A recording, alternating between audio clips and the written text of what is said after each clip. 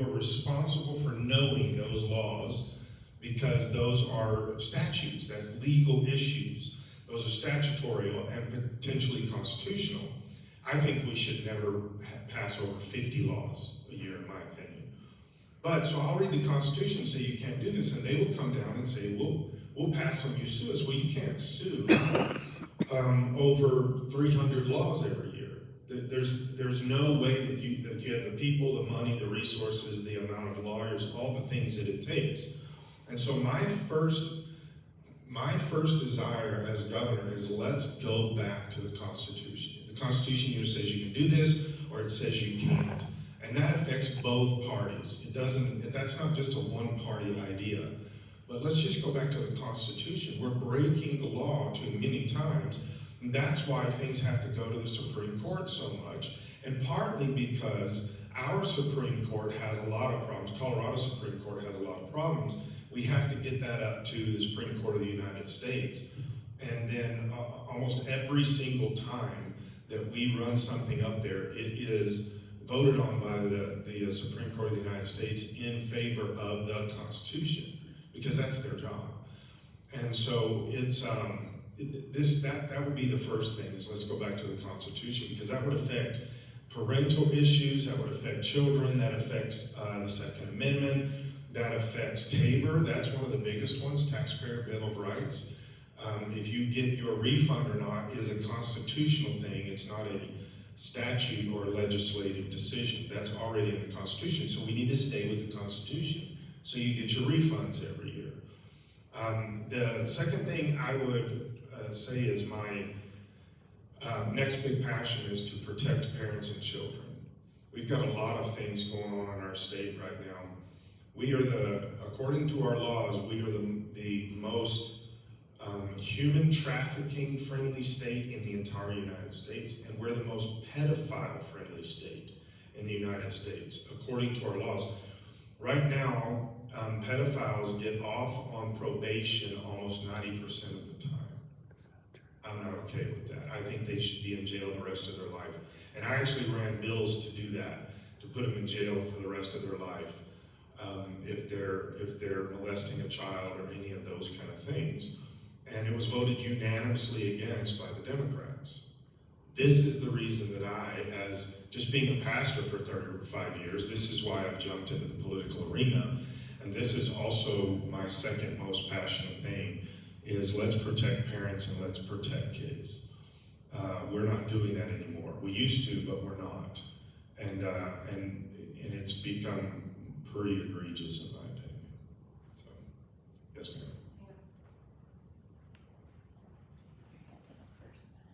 Hi, forgive me for not being able to talk very well, but this does have to do with protecting children.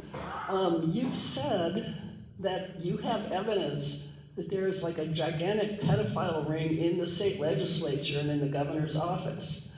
So my question to you is, where's the police report? Where's the evidence? If you're not coming out with this evidence, are you not protecting the pedophiles?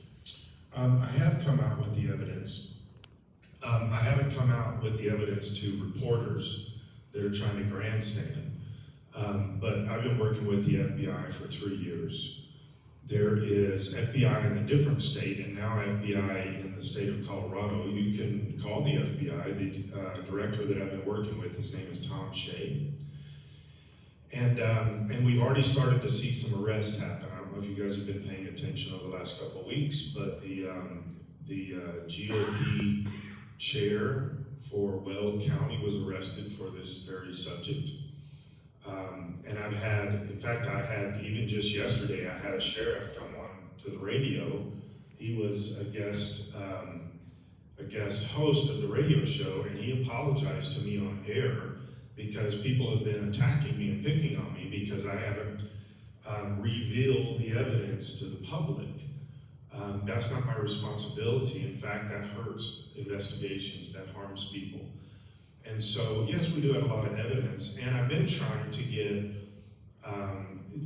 private groups to help me investigate this, because once you turn something over to the FBI, it just slow walks after that. I'm not picking on the FBI, but they're not known for expediency in these kind of things. And so we've actually got 2 groups now that are helping us to investigate all of this and to pull some of this information out. And so I don't know what the FBI is going to do. I've talked to the FBI about the evidence that I gave them, and they said, well, we can't talk to you about our investigation, which I understand. I'm not picking on them, but I'm going to give you the evidence. Couldn't you give me a little hint of what you're doing? But that's not how they work. And so I don't know if the FBI will be bringing out anything between now and election time. But the private groups that I'm working with now, we feel very confident we're going to be able to release some of the evidence. And what we're going to do is we're going to hand that to the FBI and make some of that public at the same time, depending on what it is. And part of the reason now that we're going to do that is because it will put a little push behind the FBI to do this. But yeah, I've actually been working very closely with the FBI on this for quite a while. And so, yes, there's a lot of evidence, and it's actually a lot. We actually have whistleblowers. So this all started with a whistleblower about 2.5 years ago, maybe 3 years ago. And they came to me and said, and they're very credible people. In fact, I'll just tell you, they're Democrat representatives that came and told me as a Republican, this is what's happening. And I asked them, why don't you tell your own, there's an ethics complaint process that you can do through your own party. And they said, well, if we do that, we'll be buried by our own party. We cannot trust that. So we're turning it over to you, and we're asking you to help us with this. Okay. So that's where I began with that, and then just continue to try to build that. Interestingly, over the last few months, but specifically the last couple of weeks, we've had a lot more whistleblowers come forward because I guess I'm being known now as the guy to tell this stuff to, right? Which all I do is I just hand it over to the FBI. I'm not an investigator, I'm not a prosecutor. I can't bring anybody to justice. I can't investigate these things. All I can do is turn this over to people that do investigate, which is part of the reason that now we have 2 private groups that are working with us. One of the private groups came to us and said, we want to do all of this for free except for just a couple of things that we have to have paid for according to law. And then they brought another group in that does do a little extra stuff to search how to find these people and what's going on.